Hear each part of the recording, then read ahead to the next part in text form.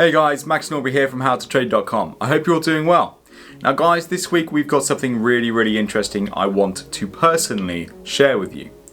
I haven't really done any kind of trade reviews on this YouTube channel yet. And it's something that I think in our own trading room, it really kind of excels. It's well received just because it gives people a good understanding and a good idea of my personal thought process in the markets, how I personally actually trade and profit in the financial markets. Now that value, that knowledge ultimately can be invaluable to a new trader and beginners, such as yourself. And it's something that I'm super transparent about. I love going through thought processes and going through my previous trades and looking at, what I was actually thinking about the market in that particular time. And also, on the side of things, I've also, done numerous live trading sessions with the guys inside our trading room as well, just to show you what that kind of thought process looks like. Now, for you guys, obviously, you're not all part of our trading room, so I want to be able to open those doors and let you guys in to see a little bit about how I personally trade and profit in the financial markets. Continue that transparency theme, I think, would be the best way to say it. So guys, without any further ado, we're going to take to the charts. We're going to take a look at some of the previous couple of weeks trading sessions that I've been using my breakout strategy, buying the dips.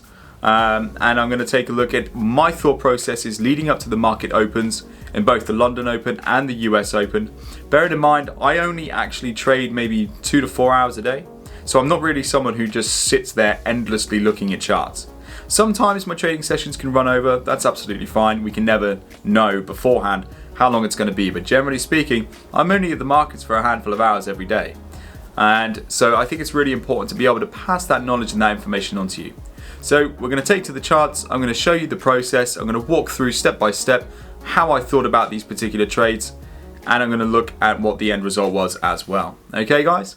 So without any further ado, let's jump on. I'll see you there. Hello there guys. So, as I said just a moment ago, today we are going to be taking a look and doing some trade reviews.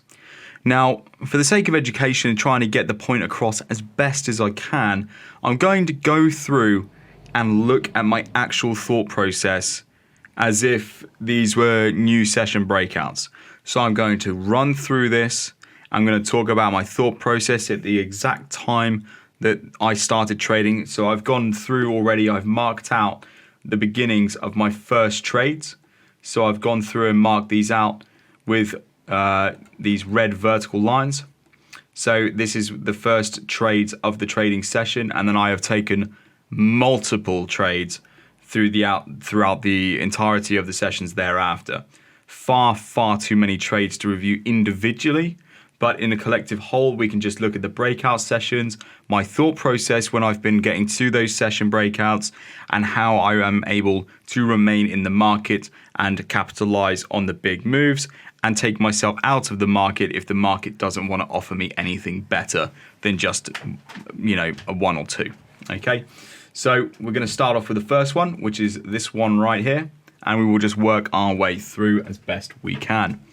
So first of all, guys, I trade something, I don't trade something, wrong terminology. What I look for here is essentially I'm buying the dips. Now, if you're a stock trader or an equities trader, okay, I use the exact same system, so to speak, in the equity markets, generally speaking, and the stock indices as well. So when I trade, a handful of hours a day, I'm trading a mixture of stock indices like NAS 100, the S&P 500, the CAC 40, the Euro Stoxx 50, UK 100, the DAX, US Dow Jones, and I already said the NAS anyway. So those ones. And China 50 as well. China 50 is one that I trade as well. And they're the stock indices that I will be looking at. I won't trade all 8 in one session. I will pick the best of the bunch and then keep that as my core focus, my focus of attention. I also am really into my equities trading. So in the afternoon, the breakout sessions, especially in the US markets, obviously not really too big on trading London stocks, low cap stocks. More interested in those low cap stocks in the Americas session. So 2:30 when the bell rings, I'm there trading the equities as well. That's personal preference more than anything else, nothing more. There's no secret sauce or magic behind that one. It's just pure personal preference. But generally speaking, I will be consistently doing something called buying the dips. And when I buy the dips, I'm waiting for little price action pullbacks to create anchor points. I'm waiting for a break of the anchor, and then I'm jumping aboard. It's a really, really simple process, but it can be quite stressful, especially for the new trader, if you haven't really traded like this before and you're used to mechanical trading styles. So without, like, my other trading strategies, something like the sniper system, for example, it's very mechanical. Okay, now for those of you on the, following me on YouTube, those of you who are subscribers, we'll dig into those systems as time goes on, but generally speaking, I don't really use those in the stock market too much because of the fact they are extremely mechanical. I'm waiting for intraday setups that can be running from anywhere from 4, 6, 8 to 24 to 48 hours. They're not really in and out kind of strategies. So for this one, this is trading pure price action, no indicators, completely naked charts. And all I'm looking at is price creating anchor points and breaking anchor points to determine continued volume and momentum in the market. Sounds like a mouthful, but honestly, at the end of this video, what I would really like to achieve is you guys going away and actually being able to look at a chart a little bit differently and being able to come back to me maybe in a couple of weeks' time and be like, Max, you know what? I actually went away and I actually studied these little anchor points and the way price action breaks them. And it's quite fascinating, really, because as soon as the anchor points are broken, the price action continues. And you never keep yourself in a losing trade this way. And we're going to find out exactly why. So 1:30 was the first point of me getting interested in a trade idea here, okay? At 1:30, this is obviously an hour before the Americas actually opens up in the UK for me, GMT times. So price action comes down. Okay, we come down to this area here and we create an anchor. Now, I really want to pay some attention to this little area here. Just going to take a moment just to pay some time and attention to this area because this is what we're going to essentially be looking at for the duration of the session that we're going to be looking at this in. So, first of all, why is this my anchor? Okay, price action comes down here and we can see the open of the candlestick is at 1448, right? Everybody can see that, nice and clear. It's unquestionable. Okay, that's where the open of the candlestick is. Down here we get the low, this is the close, and then we get this here, okay? And this is the break above the anchor point. We get the big wick above, it breaks through the open of the previous candlestick, and that signifies the continuation of volume in the market to the upside. Now, there is another interesting point here. If we actually look just a little bit left, okay, so let's say, for example, we draw a zone or a little, rectangle in left from this area here, we can also see that this area in the market was also the beginning of another price action pullback back here as well, which had happened at 1:15, 15 minutes earlier. So price actions come down for a big price action pullback. We come up, we have a little bit of a dip here. This is creating an anchor point. The candlestick breaks the anchor, and then we continue on our way before getting a second retest and a continuation. So by the time I'm getting ready for the trading session here, I'm looking at this, the anchor's broken at this area here. I generally speaking, I know the price is ultimately going to continue trading upwards, but I'm not in the market yet, okay? I'm not actually in the market yet, I'm just reviewing this. So as time goes on, okay, we get another retest of this zone. So now I'm thinking to myself, this is a big level. This is a key level. This is something that if price were to break below, I'm pretty certain we would get a continuation of volume to the downside, not the upside. Okay, so we're going to continue on. Price action comes up. We form a higher low. Fantastic. We're now at 2:10. Okay, so in this particular area here, I'm really starting to get interested in this bit of price action. Okay, I'm waiting for something more to happen. So this area at 2:10. I continue riding the wave up. I'm still not in the market. I still haven't taken any trades yet. Okay, we come down for this big dip here. Okay, and what's the interesting thing about this? I just want you guys to ask yourself. Obviously, this is it's difficult because it's ultimately a one-way street. Me talking to you on a YouTube video here, but I want you to ask you questions and I want you to think about the answers. Okay, so don't just skip ahead. I want you to really think about what I'm asking you. Is there a similarity between what we saw at the beginning of this area, okay, when I was talking about this being an anchor and retesting this area, is there another similarity between that there and this here? Okay, ask yourself the question, hold on to an answer, and I think there is. So if we simply copy and paste this and bring that up to the beginning of this little price action pullback here, we can see that the market has come down and we've actually pulled back into this pool of liquidity. Now, we've discussed liquidity pools before on this channel. If you haven't seen the video on my supply and demand in liquidity pools, I'd highly recommend going to see it. There'll be a link in the video just above. Okay, so in this particular area, we have a big price action pullback into the liquidity pool, and we have a huge breakout. Now this right here, everybody, is where the action happens. Now this area is the anchor point, okay? As soon as price action breaks above this area, I'm in the trade. So we get to 230, we get a big breakout candle, and I don't wait for the close of the candle. I wait for price to simply break through it. So in real time, this candlestick was, moving up and down like this. And as soon as we get the break above this level, I'm in the trade. So I've executed my first trade idea. Okay, I'm in the trade. Now, as we go up, the next anchor point is going to be here. Okay, beginning of a price action pullback, we get the big dip, we dip back down, we're in the market again. So I then stay in the trade idea. Now, for the sake of this, I'm going to use this line as a representation of my stop loss. Now, I think it's important to make you guys aware. I do not trade with a target profit when I trade session breakouts. It might sound a bit alien to you. There might be those of you out there who are haters against this style of trading, but at the end of the day, I've done it for years, and it is a very, very rewarding style to trade session breakouts in the stock market, equities and indices both. Now, in this particular instance, there is no target profit whatsoever. You have your risk exposure in the market, which is your 0.5%, 0.75 or 1% flat, but you don't have a TP. And the way you can risk that 1% is because you have a stop loss with a worth of 1%. So as soon as the market breaks and closes above here, we dip back down and we take off again. So what I do is my original stop loss, which was nicely below this liquidity pool here, has now come up to this liquidity pool here. So now I've locked in profit. So what I'm going to be waiting for is price action to come up and create the next dip. And price action actually rises right the way up here until this area, which is the next dip in the market. So what do? I copy and paste this. I bring that up in real time. That's going to be the dip. And my stop loss is going to be then brought right the way up to this area up here, which is nicely below that anchor point, that supply and demand zone. And so now I've essentially locked in a really nice amount of profit.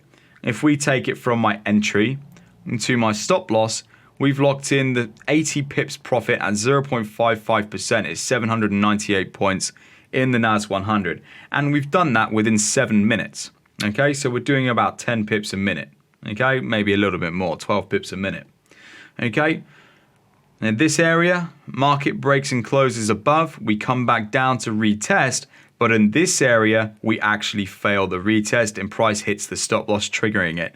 So now I'm up plus 80. So what I'm going to do is I'm going to get some text. I'm going to go plus 80. Fine, happy. Okay, I'm going to make this a little bit bigger.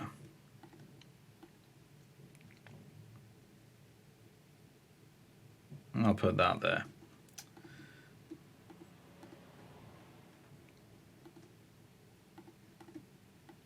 Okay, and so then we're going to move along. Now, when price action has this really big down area here, okay, that's fine, but I'm not actually going to trade this. Now, there's not really a real reason why, okay, but I've already checked back through the live trades, already checked the results. I didn't take any shorts here, so I'm not going to go and tell you guys, oh yeah, and I shorted it the whole way down and made a ton of profit on the downside as well. In this particular trading session, I didn't take any shorts in the market. I don't know why. I could have, and I could have made a ton of profit, but I just didn't. There was the thought process at that point in time. I honestly can't remember why I didn't take any shorts there. I think probably what would have happened is I had a long bias to begin with at the beginning of the session, and so therefore I didn't want to change my bias. I felt like if I was trading it short after trading it long, I may have been actually affected by some of the greed demons in the markets, and I didn't want to be greedy. I didn't want the market to suddenly have a really big volatile push in the opposite direction and me lose the profit that I'd just taken. So something about that kind of sits well with me, probably down to the psychology and the mindset of it. I planned the trade beforehand and I'm trading the plan. Simple as that. So I'm just going to continue and having a long bias throughout the remainder of the trading session. So anyway, it's been about a half an hour, guys. We come down, we come to this level here, which is really nice. And then we get the break, close, and the retest here. And this is a nice anchor point, okay? And so what happens in this particular instance is I do the exact same thing as before, okay?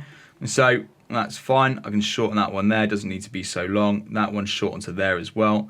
This one as well can be shortened back into that area there. And so now I'm in this area, okay? This is going to be my nice anchor point. The great thing about this one is we've come up, we've tested this level here, okay? We've come back down. As soon as price action breaks and closes over the open at 14,509, okay, so this area here, that's when I'm going to get into my trade idea. That's my anchor point. And as soon as the candlestick breaks and closes, as soon as the candlestick breaks above, that area there, I'm into the trade, okay? So this is entry number 2. And so then I'm in the market. Now we come up, we come back down, second anchor is formed, we continue to the upside. So I'm going to get this area here. I'm going to bring that one there.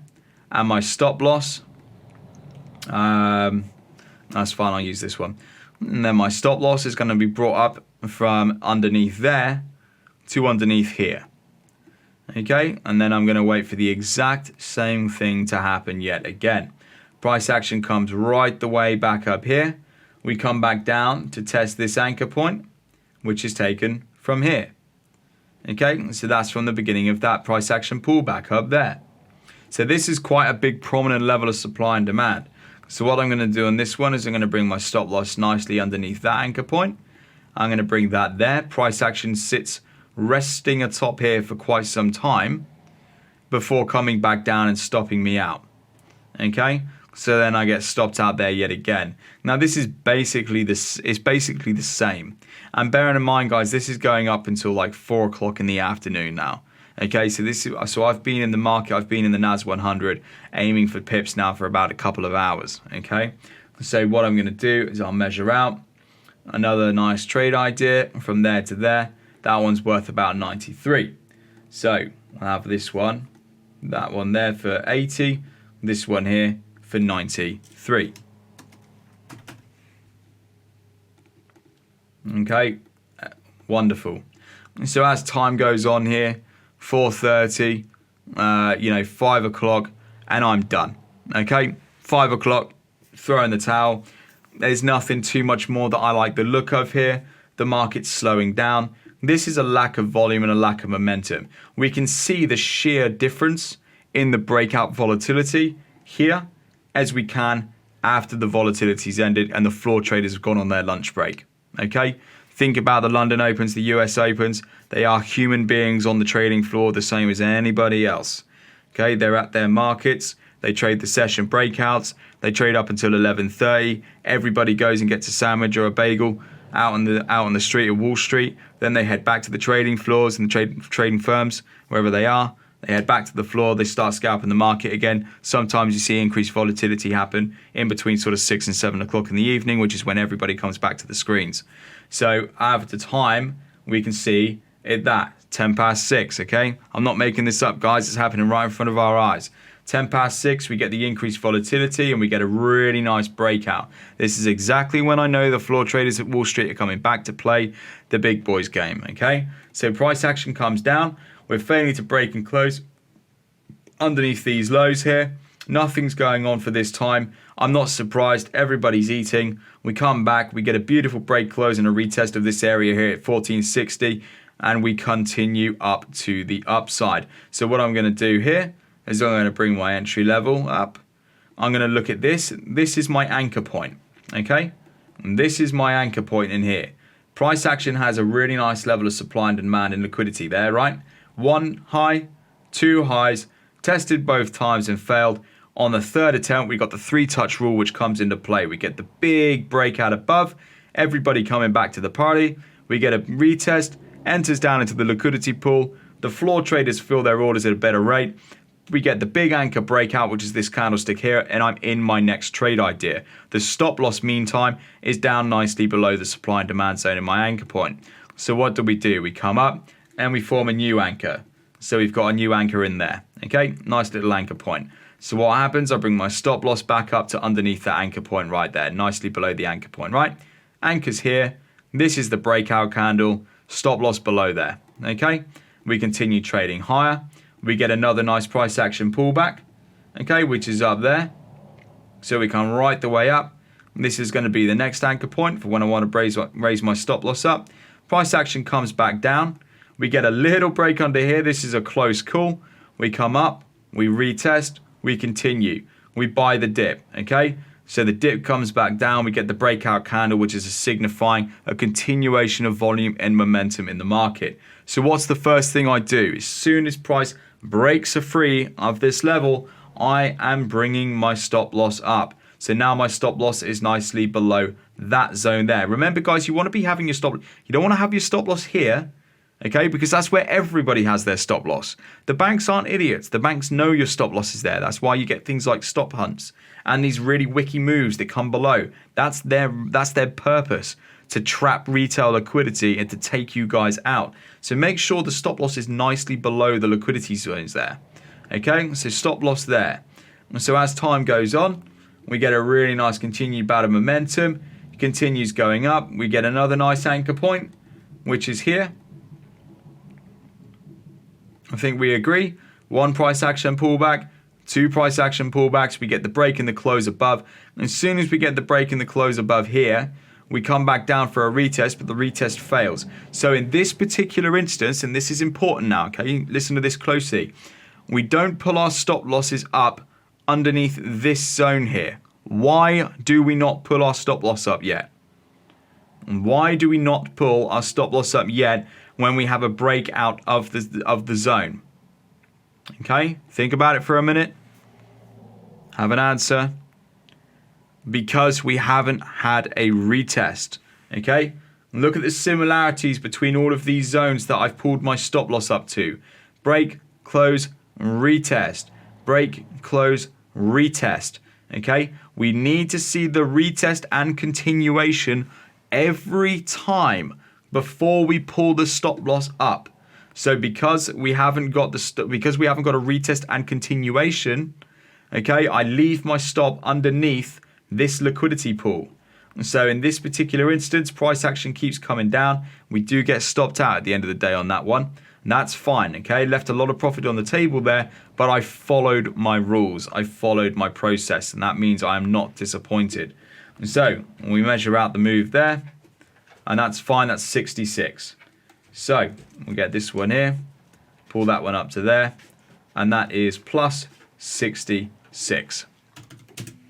Okay, so that's fine. Now at this point, in this particular point on, this is out of my trading remit. I'm gone from the charts. That was the last one of the day. I didn't trade anywhere after 8:45 at night. Okay, so that's that one. So we continue on. Asia session's absolutely fantastic by the looks of things. We come right up to this level up here. Right, so next session breakout. Okay, guys, and to be honest with you, probably only going to do this one because time's getting on and this is going to be a very long video. But this one's a good example anyway, because that last one was a semi-decent breakout session. This one, it's not a very great session. So in this particular instance, we start the trades from here, which is 230. And so beforehand, my bias, okay, for this one is long, but I'm looking at anchor points to break free from, okay? So the major anchor point that I'm looking at to get a breakout of is going to be this area in here, which is where the red line, which signifies the beginning of the session for me, okay? So in this particular instance, we've got this area where price action comes up, 3 bars, and we come down with this 1 bar. So what's the first thing we do, and what's the first thing we're looking for when we're looking to trade the session now? After all of the examples I've just given you, okay, just take a minute, think about it. What is the process from this point on? Okay, the process, as we know, is to wait for this candlestick to break above the open of the previous dip. So we're rising, we come down, and this is the open. As soon as this candlestick's body breaks above, okay, not just the body, it can be a wick as well, but as soon as this candlestick breaks above the open of the previous candle, we are then triggering our trades. Okay, so then our stop loss is going to be nicely below the low. So let's say like there, for example, and our entry is in. So then we're in the market. Price action comes up, we come down here, forms a bit of a price action pullback. Okay, so that's going to be an anchor in this particular instance. Okay, and we get the retest here and we get the continuation. So therefore, I'm going to bring my stop loss up nicely underneath the supply and demand zone there, the liquidity pool. Okay, as price action goes on, we form another price action pullback here as well, which is quite a nice one. So then I'm going to draw another zone in there as well, and then get that to continue sideways, right? So in this particular instance, everybody can see a price action pullback is formed. The market comes above, and we start retesting, okay, and continuing to trade higher. Okay, everybody can see that. Nice and clear, right? Higher lows, higher highs, retest, flattens out, continues north. So then I'm going to bring my stop loss up here, nicely above the liquidity pool of that one. Eventually, the market does end up topping out, and unfortunately, I get stopped out, eventually holding on to that one until about 4 o'clock in the afternoon, okay? And that is literally it. So that trade idea right there, let's mark that one out. You've got the breakout up to the stop loss, 82 flat, 82.50, 82. So then let's go back, bring that one up there, and this one's going to be 82. Okay, so the unfortunate thing about this one though is that we actually start trading lower, so we come right back down to the entry. Now, for whatever reason, and I do apologize, guys, but I can't remember for the life of me, but I didn't take any shorts on this one either. After doing this video, maybe I should actually think about taking a look back at my my own history and doing some self-analysis for a while. I used to do things like that all the time, but I haven't done as of late. And think maybe I've got a bit of a confirmation bias against shorting the market. Anyway, I definitely didn't mean to do that on purpose, but I didn't end up taking any shorts here, and that was it for that whole trading session that day. That was literally it. We came back down to this level. We went right up until sort of 9, 11, 1 o'clock in the morning. I was well out of the market then. I only traded for a couple of hours that day, and I was out of the market. So for whatever reason in my mind at the time, I did not take any shorts, and it would have been fine to do so. The process for taking shorts is exactly the same. You are just doing the reverse of the longs. So let's say, for example, you want to take a short. You are literally drawing in your anchors at the beginning of price action pullbacks. So we get a price action pullback here. So I'm going to draw a zone there. We get a retest of that zone. We get a continuation. This is your anchor point. So as soon as the market makes a low above the open of the green candle, you're in the trade idea. So there you would be in the trade idea at this level, and the market continues trading lower. As soon as the market has a price action pullback, you draw a big zone in there. So literally going to draw a zone there as well. As soon as the market breaks under that one, you stay in the trade, you bring your stop down when a retest happens. We didn't actually get a retest of this level here, so we would just hold on to the trade idea, and the stop loss would stay above, I'm going to have to bring that one down. So we enter there. So this is just stop loss. So the stop loss would just be brought down, okay, until there was a retest of a zone. So let's say, for example, we get a nice price action pullback here. So I'm going to draw a zone in. Okay, in that particular instance, we get a price action pullback and a continuation to the downside, which is where our next supply and demand zone is then drawn in.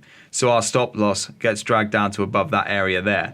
Price action ultimately comes along here and it stops us out. So you could have done, potentially, you could have just done another 50 on the way down as well. Ultimately, I didn't. I didn't take any trades on the way down, as I've told you, but that's how you would do it. That's the process of trading a short. It's the exact same, just the reverse. So guys, I'm going to kind of sort of start wrapping things up there. I could, as you well have seen, I could talk about this subject for hours, and I do talk about pure price action, anchors, pennants, flags, how I'm constantly looking to buy and sell the dips in the market, on the session breakouts. I mean, the guys have seen me doing this during session breakouts for a long time now. It's something that I obviously thoroughly enjoy and I've done for years, so it's definitely worthwhile.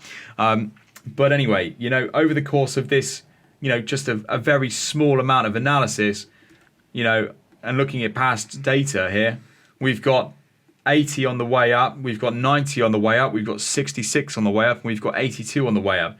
Just to put that into perspective right here, we have a margin of a day and an hour. So over the course of 24 hours, you've done yourself 80, 90. Let's add it up. Let's actually add it up. So we've got 80 plus 93 plus 66 plus 82. So guys, in 24 hours, you've done 320 pips. Okay? And that's not 24 hours. Remember, that's about 6 hours plus 2. So that's about 8 hours. You've done 320 pips. And it's like that. So long as you get that decent breakout volatility and that momentum, it's generally going to be like that. Now, also, I showed you a breakout that was actually pretty rubbish, which is this one up here, where we only managed to take 82 pips from the NAS 100. Okay, that's not decent. That's not a good amount of growth or losses for the NAS 100 in one trading session. That's really poor performance. Generally speaking, it will be much better than that. And also, don't forget, if you're really on the ball and you're doing very well, you can profit on both sides of the market. So if the market's going up, think about this area here. I only took 80 pips on the way up, but I could have took another 90 on the way down, which would have been 170 pips instead of 80. I could have taken longs and shorts on the other side of the moves all the way up here and down here, but I didn't. I was only trading it long, trading my plan. I'm not saying that's a good idea to do that, because some of you might suffer from greed and end up handing profits back to the market. But at the same time, if you are on the ball, sometimes I am, sometimes I'm not so much, and I only managed to scrape a few pips out of it, but sometimes you can get huge wins like this. And you're never ever staying in the market too long for a loser, because you're constantly moving your stop loss up behind the biggest anchor and technical levels to lock in that profit, which means your win to loss ratio isn't declining, it's actually getting very good.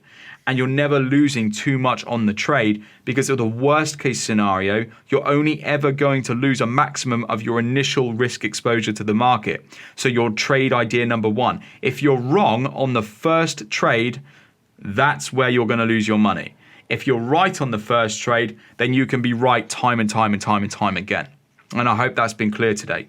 So guys, I'm going to wrap this up on the charts. I'll catch you over on the camera next up. Just to say goodbye, have a little bit of a wrap up there. But I hope you've really enjoyed this, sort of educational trade review of the, couple of trading sessions from me. And I'm really looking forward to see you again. So I'll catch you in a minute. Hey guys, so there you have it. That is ultimately what I've been up to for the last couple of weeks in the markets. Now, obviously, there's been quite a couple of surprising things, I imagine, that you now understand about that process. How the half an hour window between the market open and the actual open itself is crucial in my process to running me up for the potential trade ideas and getting that bias before the breakout actually happens. How I use breakout momentum and volume to dictate what the bias is going to be and stick to my plan. Planning the trade, trading the plan. We also looked at how not every single session is a winner, but through sheer volume and high frequency trading, generally speaking, the win-to-loss ratio of my whole portfolio has actually been very impressive. And how ultimately, guys, turning over a consistent profit in the financial markets, simply trading some simple breakout processes and having some simple rules in place can very much benefit you. So guys, I'm going to wrap things up there. Listen, it's been an absolute pleasure being able to open up my books and have a look at the trading process with you guys and just show that transparency and really, continue that theme that I've really wanted to be pushing out throughout this trading, throughout this YouTube channel. Okay, so guys, have a fantastic rest of the day. Have a great couple of weeks, and I look forward to catching you in the next video. Remember, don't forget to hit that bell icon right down there and also subscribe to the channel. We're really working hard on building this channel up to turn it into a legitimate place where people can come to learn about the markets in an honest and well-mannered environment. And that's exactly what my mission is. So guys, have a great couple of weeks. I look forward to catching you in the next one. Take care, good luck, and above all else, trade safe. I'll see you then.